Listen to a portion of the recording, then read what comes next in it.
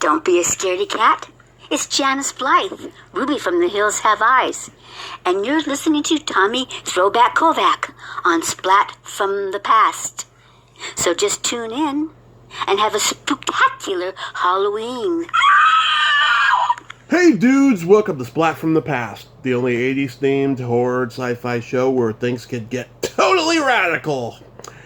Now today I will be welcoming back my good friend, the wonderful, the awesome, the multi-talented Dee Wallace. She has a new book coming out called Born, and gonna find out more about that. She was also on the Promote 13 Fanboy, which I saw last weekend, and I friggin' loved it. It's one of the best indie horror films I've seen in a while, and I don't say that too often. Also, she did another horror film called The Nest, which is so ironic because Terry Treese, who was on the show a couple months back, told me, you know, she was taught by Dee in Kansas, and she did a movie called The Nest. I thought that was really funny and ironic. And of course, it's the 40th anniversary of the Howling and the 35th anniversary of Critters. And it's going to be great to talk to Dee again. Last time we talked was last October. We always talk in October, with the exception of the second time. I think that was June or July, somewhere around there. But it's always great to talk to Dee, nevertheless. So, here is my new interview with Dee Wallace.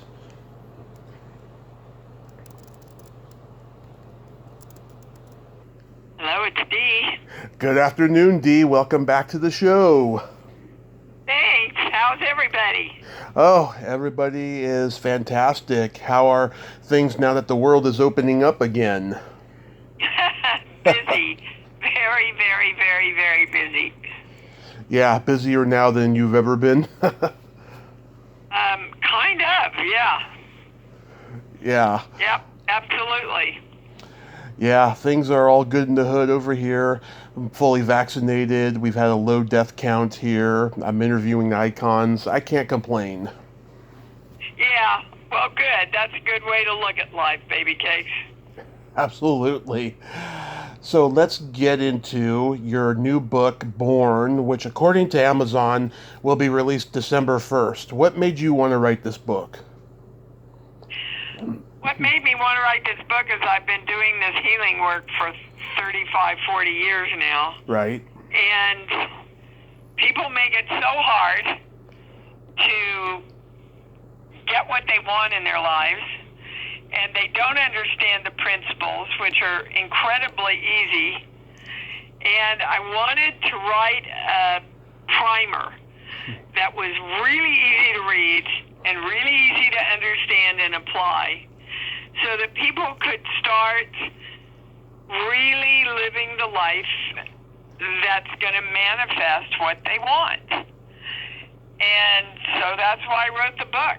And I truly know that if you read this book and follow what it tells you to do, your life will begin manifesting differently. You're one of the most successful actors of all time and one of the most prolific. Did you ever go through a period where you felt like you were doubting yourself and you didn't think you could accomplish anything? All the time. Mm-hmm. All the time. I think we're taught to think that way. You know, there's this wonderful thing that I read often to my clients about doubt. Yeah. You know, you never doubt the negative. You only doubt the positive. Yes. And that's what our minds are created to do. But your life starts to change when you hear those doubts and you hear the negativity and you hear the limiting beliefs, and you self-talk yourself and go, I just go, Deanna, really? That thought is not going to get you what you want. It's not going to get you the health you want. It's not going to attract the money that you want. And it's sure as heck not going to make nice, fun, loving relationships in your life. So it's fine. Go ahead and think that thought if you want, but it's not going to get you what you want. By that time, I'm laughing. and I've, detached enough that I can choose the thought that is going to give me what I want. Right. I tell everybody every day, don't talk about it, just do it. Yeah, and quit telling our stories. Oh my God. People just love to tell well, I can't because I was abused at 7. Well, I can't because my husband left me. Well, I can't because I don't know how. It's, if we keep telling our stories, we keep directing our energy to live the same story over and over and over again. I want everybody to write the story that they want now. Right. And then they say, well, yeah, but I've got a lot of proof. And I'm saying you've got a lot of proof because the proof of your life has been created around the belief systems that you've had since you were a little kid. And you're the only ones that can change them. Right. It's magical to watch it work. It's absolutely magical to watch it work. Right. I say you can because you don't know how. And, I quote the line you've told me many times in the past, and you've told many interviewers this, that you recommend naivete because that's how you got successful. Yeah. Because when you're naive, you're not in fear. When you're naive, you're open to all possibilities, aren't you? Exactly. And I quote that on a daily basis, Dee, and I always credit you. I recommend naivete. Good. Well, it's true. Worked for me. Right. My God, I went to New York. I didn't know anybody. I didn't know a thing. And the universe just kept bringing me the right people and bringing me the breaks and bringing me the introductions just because I knew what I wanted. I wanted to be an actress, and I had committed to being an actress, right. A working actress, and I felt good and excited and loved doing it, and the universe went, well, gosh, I want to go play with her. She's fun. Yeah. This is your first book, isn't it? No, this is my 6th book. Oh, shame on me. How come I didn't know that? That's okay. But is this... But, of all the books I've written, I love Bright Light and I love Conscious Creation. That was my first channeled book. But this one, I've learned and put together so much more about the truth of manifestation and how to create what we want, that it's all in this book. And it's so much fun, you guys. I tell a lot of stories of mine and my clients and show you how spirituality and religion and brain science, they're all saying the same thing. How long did it take they're all saying the same thing, there must be something truthful to it, right? Right. How long did it take to write? Well, I wrote it during the pandemic, which is a good example of what I talk about in Born, because the world will always want to give you their limitations, right? Right. Your job is to say, okay, I hear you, thanks for sharing, what can I create anyway? So, when I got up and the pandemic had hit and all the studios closed down, I went, oh my God, how am I going to make a living? What am I going to do? And my channel said, Dee, the studios aren't your livelihood, your consciousness is your livelihood. So I got up every day and I said, what can I create? And one day it said, write a book. And I went, oh my God, I've been wanting to write a primer on how to create everything in your life. So I sat down, and I think it took me about 6 weeks. Wow, just 6 weeks. I was doing other stuff, Yeah, and then you were doing some proofreading of it, and then you just sent it to the publisher. Well, my publicist sent it to 2 or 3 publishers, and I really liked Brighton. I really liked the people there. And that was easy. And they took to it, and I happened to mention my children's book, and they said, oh, well, send it over to us, and they loved that. So that'll be out in a couple of weeks also, Bupalopaloo, which teaches the first principle of creation, which is making a choice and choosing who you are. Because everybody else has told you who you are all your life. Right. You know, and it's important for you to choose who you want to be. Right.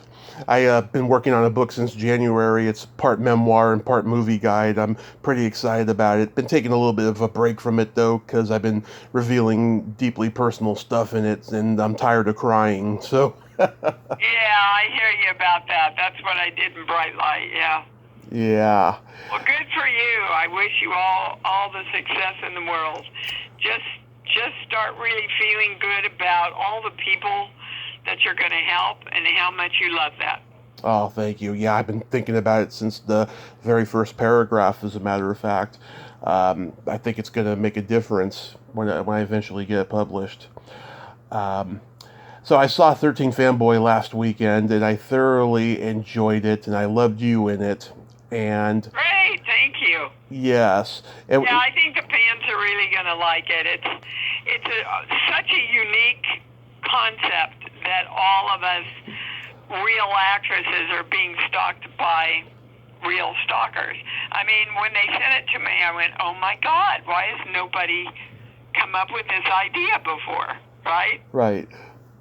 So I'm really glad you like it. I'm pretty sure the fans are going to love it too. Right. And Deborah told me you and her had the same manager in the 80s. Is that right? Yeah. I'm still with Mike Eisenstadt. And I just, they sent me the script, and I loved the idea. And then I had a Zoom call with Deborah, and I just fell in love with Deborah. Everybody falls in love with Deborah. Yeah. She's just that kind. Yeah, she's just that kind of being, and we just had a great time. Yeah, she's amazing. I love talking to her. Was it already scripted that you and Ron would be married in the movie? Yes, absolutely. I think Ron actually was hired before I was. Oh, yeah, because they did Friday the 13th Part 5 together, so she probably went to all the people she knew well first, Yeah, I thought that was friggin' hilarious, because I know Ron, and he has a sarcastic sense of humor, and he likes to tease people. I'm sure it was just a lot of fun with him on that set. Oh, yeah, he's a sweetheart. But, we had to have a lot of Friday the 13th people in it. Yeah. Because it's really an homage to 13 Fanboy, right? Mm-hmm. Right. Yeah, I was laughing in general at everyone's personal life in the movie, because I know almost everyone in it, and it would just be absurd. It kind of reminded me of Being John Malkovich. It had that vibe of it does a little, yeah. The thriller, the suspense thriller, and then you see, everyone, all these, stars, having a satire of how they would be in their personal life. That's what I liked about it. It was kind of self-referential that way. Yeah. I just think it's a very unique idea that's well executed. It was very well executed, I thought. And I talked to Judy Aronson the other night, and she praised you. What was she like to work with? Oh, we all worked together great. We were just a bunch of pros on the set, Yeah. Which is refreshing, to say the least. Yeah, I don't want to spoil anything, but I loved her character's arc at the end. It took me by surprise. Good. Yeah. That was the purpose. Yeah, I was just, the last 3 years that I've been aware of this project, I was thinking this could be the best ever, it could be the worst ever, it could be like the one you were in a couple years ago, Death House, which I liked. There's some things I liked about that movie, but even, I mean, when I talked to Harrison last, he said, yeah, even he was disappointed in it and stuff, but this movie surprised me. It really did. Well, good. I'm glad to hear that. Yeah, Death House was one of the best scripts I ever read, but it wasn't executed. Yeah. On screen, it just didn't quite make it. Yeah. It's too bad because I love Harrison. I think he's very talented. Very talented, very funny, and very opinionated. I love him. Yeah. So have you watched 13 Fanboy at all yet? Oh, sure.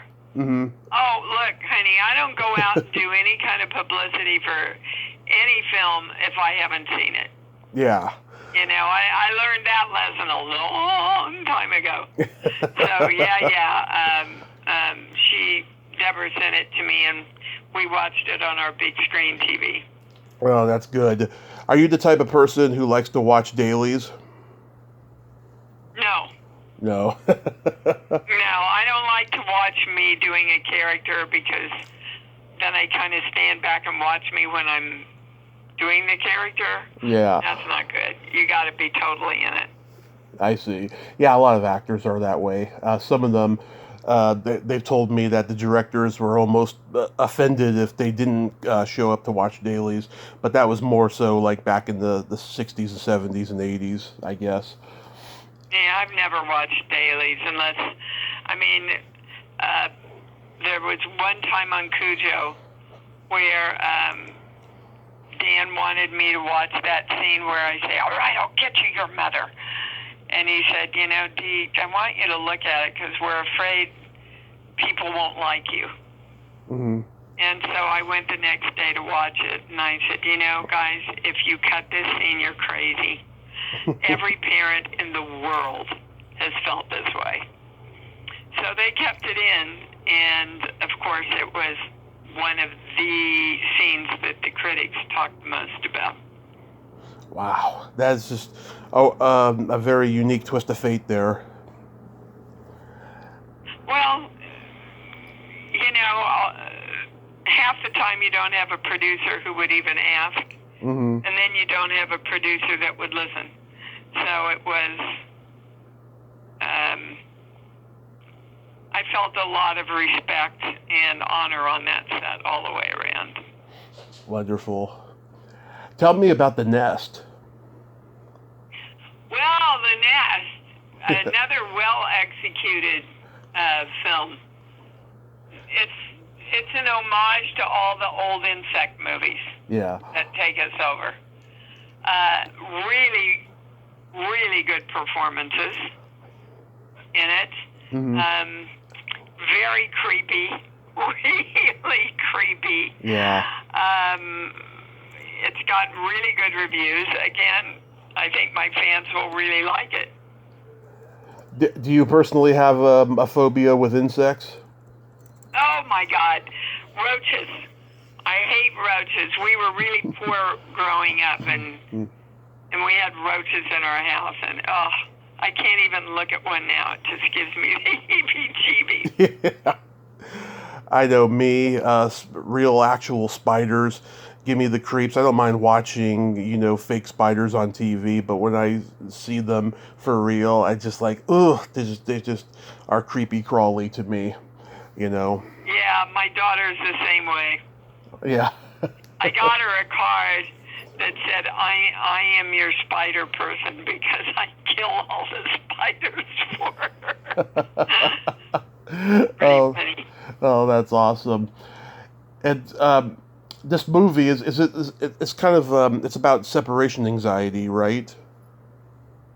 Which movie? The Nest.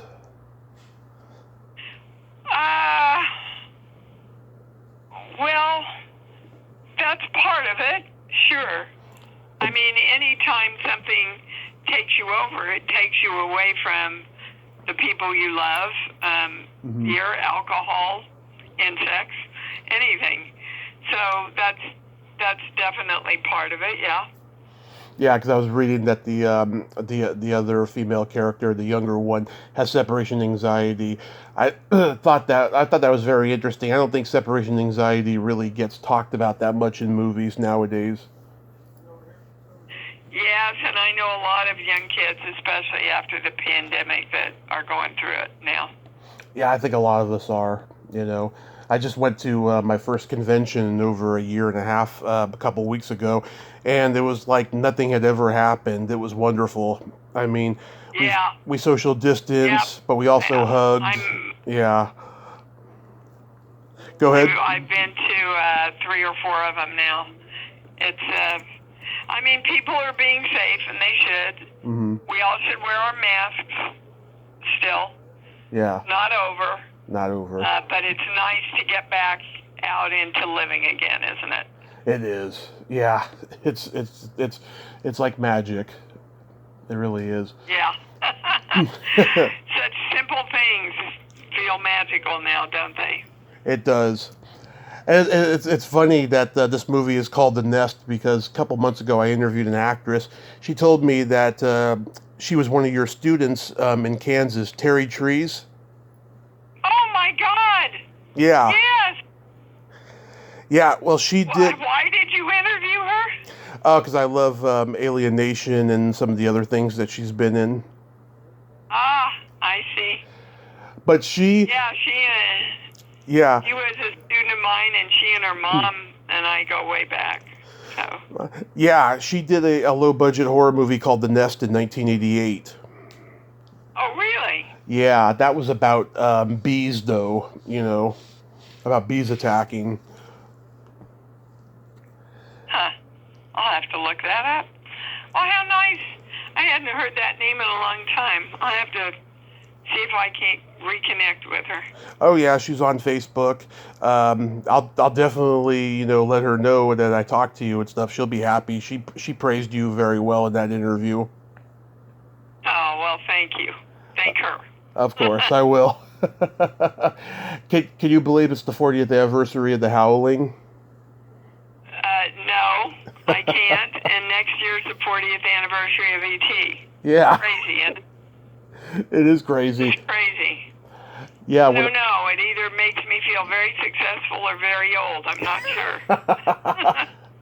Well, yeah, I talked to Don McLeod for the second time on Wednesday, and he couldn't believe it either. He says he felt like you guys wrapped production 2 weeks ago. Oh, well, I don't feel that way, but I can't believe it's been 40 years. And oh my gosh, we just went to see it. Mm-hmm. See the new 4K version? I haven't seen the 4K version, no.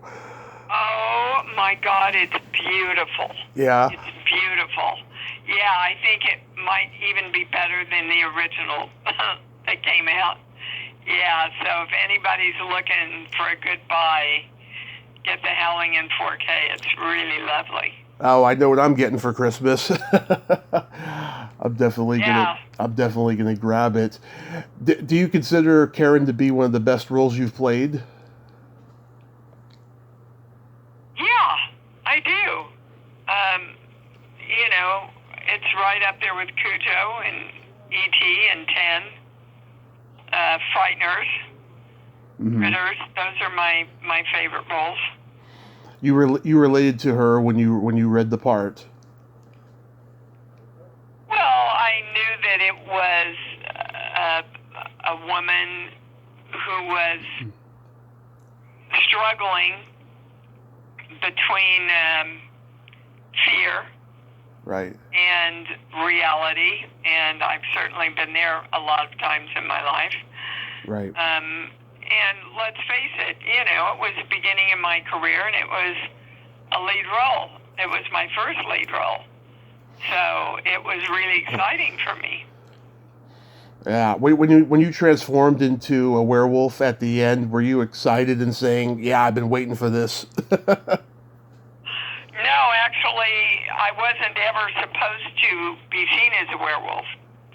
And I was up doing Cujo, and Joe called me and said, Dee, all the people, that we screen it to, they want to see you turn into a werewolf. And I said, I don't care, Joe, but can you make her a little more vulnerable because she fought against it so hard?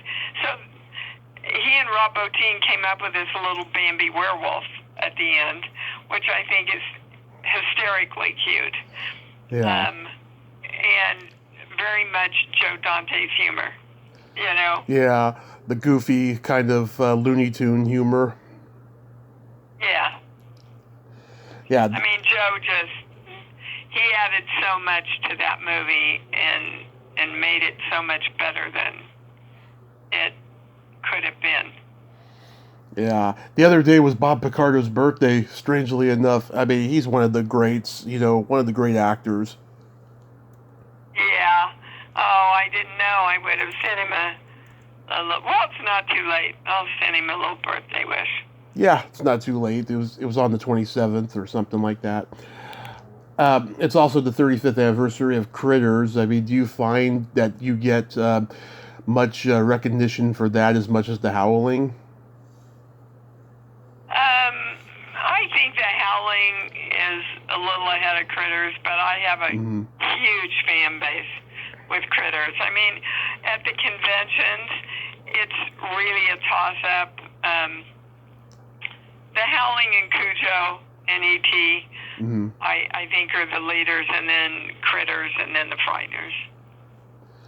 I did see that Critters Attack that you came on to promote a couple years ago. Oh, yeah, it's cute, isn't it? It is cute, but I was like, where's Don Opper? Oh, come on. Because he did... Cause, yeah, it was. I think it was funny because I was playing the same character, but they had to rename her for legal reasons. I didn't get into it any more than that. Right. I mean, it's just like... It's just, he was in all 4 of the original movies, and I was just like, where's Don Hopper, Yeah. Did they let you keep a critter on either of the sets? No, of course not. Oh, because when Joe Dante made Gremlins, he let everybody keep a gremlin. I know that Dick Miller certainly had one. That would not surprise me. Yeah. Joe's that kind of guy, and he adored Dick Miller, so... Yeah, at least maybe you could have kept a werewolf mask or something on the set of the Howling, but yeah, I would have loved to. Yeah, I've seen some really good replicas of those masks at conventions over the years. Yeah, people have gotten pretty creative, and I've got beautiful figurines that Gabe Lapierre hand makes for me on my table. Nice. Of the werewolf and Cujo and E.T., and he just does beautiful work, and a critter. Wonderful. That's awesome. Are there any other upcoming stuff you have going that you can mention? Yeah, I have a beautiful, departing from the horror here, little Christmas movie on Hallmark called Every Time a Bell Rings that'll air in November. Beautiful, beautiful little film. And just finished a sci-fi movie. I don't know if I can mention the name of it. Okay. And I appear in the new Jeepers Creepers movie that Oh. soon. So I got a lot of stuff going on, baby cakes. Oh, that's cool. Yeah, I mean, did you like the early Jeepers Creepers when they reached out to you? Yeah. You know, it's a whole cult thing. You know. Yeah, that's awesome. Are you going to do a sequel to Stay Home? I don't know. We'll see how long the pandemic hits, right? Yeah. Hopefully not. Hopefully not. Oh, I laughed my ass off when I saw that last time we talked. A lot of little Easter eggs in it. Yeah. Yeah, I still yet to go back and watch it and catch the Easter eggs that I missed, but I got to see, certain things, certain references. Oh, good. I'm glad you enjoyed it. Do you have any other convention appearances coming up? I do. I'm going to be at the New Jersey HorrorCon in November. Oh, yeah. And then I'm going to be at Days of the Dead In Chicago. In Chicago, awesome. After. That's awesome. Days of the Dead's coming back to Los Angeles next year, I heard. Oh, really? Yeah. Well, he puts on a good con. Yeah, I almost went to the one past couple of weeks in Vegas. Like every hotel there was just friggin' expensive, even the ones that were like, motels by the highway. I just was like, nah, I'm going to skip this con this year. Yeah. And yeah. And you still... Well, he just puts on a really good convention, so... Yeah. Always, Billy does. Billy Philpott. Maybe next year I'll go to the LA one. So you still do the Conscious Creation every Sunday? Oh yes, every Sunday morning at 9 a.m. Pacific time. Yep. And I still do private sessions and webinars with people all over the world.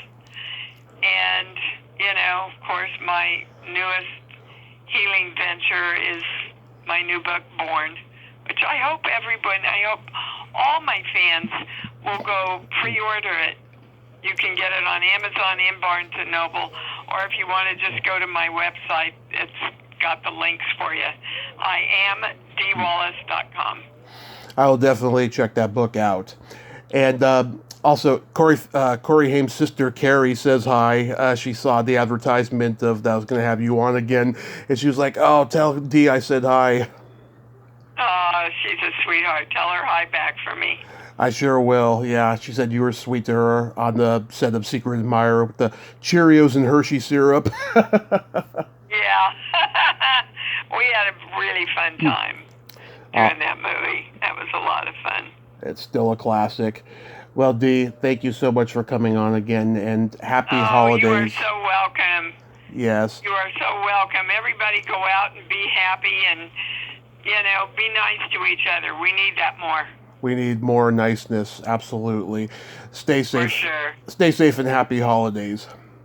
Thank you, darling. You too. Okay. Bye-bye. Bye-bye. Well, there you have it. Dee Wallace. Ain't she a sweetheart? I just adore Dee. And I'm so glad she came on for the 4th time. I just love her. There's no one like Dee Wallace out there in the world. Check out Born, check out 13 Fanboy, The Nest, and her classic movies, The Howling, Critters. They are fucking awesome. Well, till next time, this is Tommy Throwback Kovac saying, there's no shame in living in the past, because the present sucks. Later, dudes.